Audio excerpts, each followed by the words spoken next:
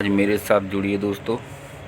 आज मैं आपको बिल्कुल कम टाइम में पूरा समझा दूंगा कि H1 वीज़ा क्या है, इसको लेकर इतनी ज़्यादा सुर्खियाँ क्यों हमारे देश में हो रही हैं और अमेरिका के अंदर भी।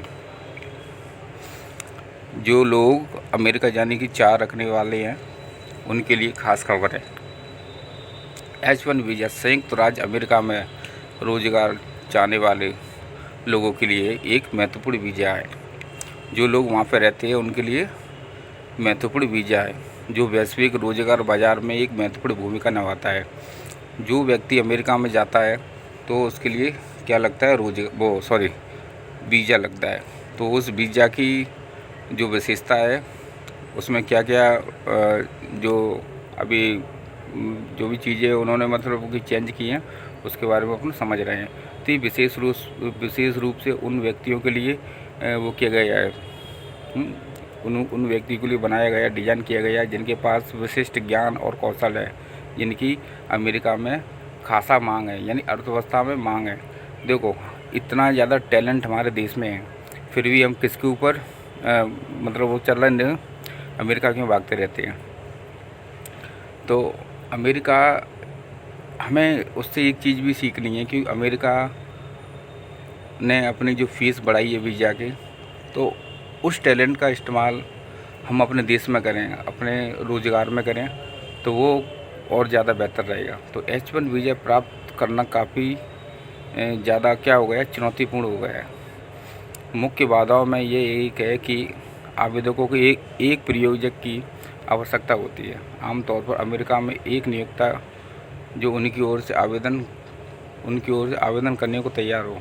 आवेदन प्रक्रिया अपने आप में एक बहुत ज़्यादा मतलब वो डिफ़िकल्ट है, जटिल है, और इसमें बहुत सारे वो लगती है डॉक्यूमेंट वगैरह, तो बहुत ज़्यादा इसमें मतलब वही सरकारी कामकाज का बहुत ज़्यादा प्रभाव है। नियोक्ता को ये साबित करना होता है कि उन्हें नौकरी के लिए कोई योग्य कर्मचारी, कोई योग्य, जैसे मतलब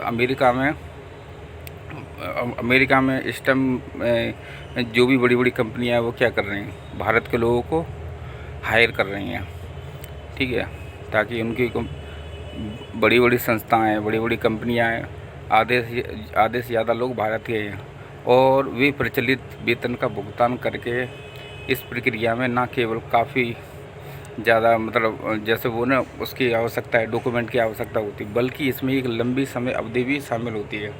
इसके अलावा H1 वीज़ा की सीमा हर साल वो जारी किए जाते हैं, मतलब जारी किए जाने वाले वीज़ा की संख्या को सीमित कर सकती है, जिससे आवेदकों के लिए एक प्रतिस्पर्धी माहौल बनता है।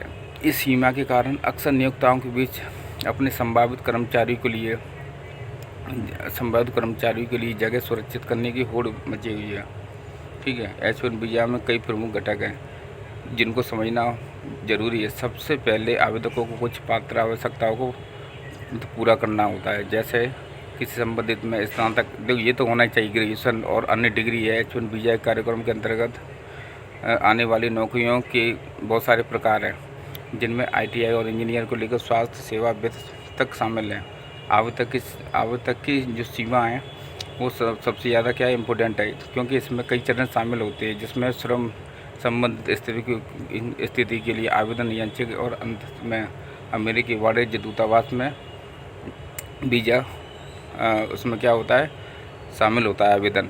तो इसमें ये होता है प्रत्येक चरण की जो बिल्कुल देखते हैं, मतलब बारीकियों को इसमें देखा जाता है कि उस हिसाब से इसमें जो सारी व्यवस्थाएं हमको मिलती है। पात्र होने के लिए आवेदकों के पास किसी अमेरिकी नियोक्ता से नौकरी का प्रस्ताव और कम से कम स्नातक डिग्री होनी चाहिए, ठीक है। और यह ना प्रीमियम प्रोसेस एक है ना सबसे ज़्यादा शुल्क वाला एक वो विकल्प ऑप्शन है, जिससे याचिका प्रक्रिया में तेज़ी आ सकती है। और सबसे इम्पोर्टेंट बात तो ये है कि H1 वीज़ा की मंजूरी हमेशा आसान नहीं होती, क्योंकि आंकड़े बताते हैं मंजूरी की मतलब जो भी इसकी मतलब वो होते अप्रूवल का एक वो होता है, रेशियो होता है, देश और नियोक्ता के प्रकार के अनुसार क्या अलग अलग होता है। आम कमियों में अधूरी याचिकाएँ इस विशेषता वाले जैसे न व्यवसाय अपर्याप्त प्रमाण और नियोक्ताओं के प्रचलित वेतन का भुगतान करने की क्षमता संबंधित समस्याएं शामिल हैं। कुछ देश के आवेदकों की कड़ी जांच का सामना करना पड़ सकता है। तो बहुत ज़्यादा कागजी कार्रवाई है। जो लोग अमेरिका जाने की सोच रहे हैं तो उनको इन सब चीज़ों से फेस होना पड़ेगा। और आव्रजन नीतियों में बदलाव अनुमोदन दरों को प्रभावित कर सकते हैं। इन बारीकियों को समझने में सफलता की संभावना काफ़ी बढ़ जाती है। उदाहरण के लिए 2020 में अमेरिका ने 85,000 से ज़्यादा H1 वीज़ा के उसमें क्या किए थे, मतलब जितने आवेदन किए थे, यानी 85,000 से ज़्यादा आवेदन दिए थे। और जिसमें से एक बड़ा हिस्सा किस्सा हुआ था तकनीकी पेशेवरों को दिया गया था। इन आंकड़ों को जानने से संभावित आवेदकों की जो भी एक सूची है उसकी जानकारी मिलती है। संक्षेप में H1 वीज़ा अमेरिका में काम करने के लिए उनकी 4 रखने वाले पेशेवरों के लिए एक रास्ता है, पाथ, लेकिन इसमें बहुत ज़्यादा समस्याएं भी शामिल हैं। पात्रता से लेकर आवेदन तक बहुत ज़्यादा आपको उसमें भगादौड़ी का भी सामना करना पड़ सकता है। अगर आपके कोई प्रश्न है तो H1 वीज़ा कि किसी भी पहलू में आप इसमें जो भी हमारा कमेंट बॉक्स है उसमें आप मुझे कमेंट दीजिए और टेक्निकल चीज़ों का आप सबसे ज़्यादा ध्यान रखिए, इसमें कोई समस्या हो। और ज़्यादा से ज़्यादा मांग है, अब अमेरिका हम जा ही क्यों रहे हैं।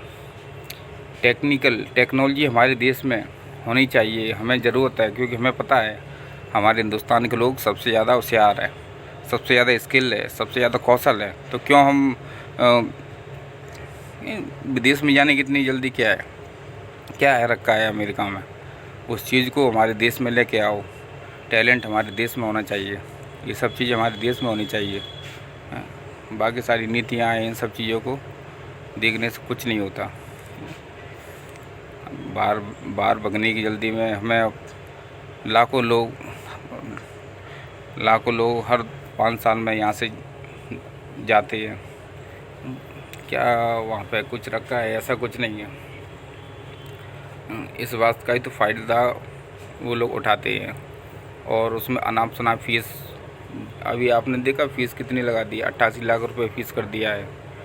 कैसे एक आदमी वहाँ तक पहुँचेगा, कैसे काम करेगा। तो इस सारी समस्याओं को सामना आपको करना पड़ेगा। इससे बेहतर ये है कि अपने भारत में रहो और भारत में कुछ अच्छा काम करो जिससे आपका अपना नाम हो। तो इस वीडियो में आज के लिए इतना ही।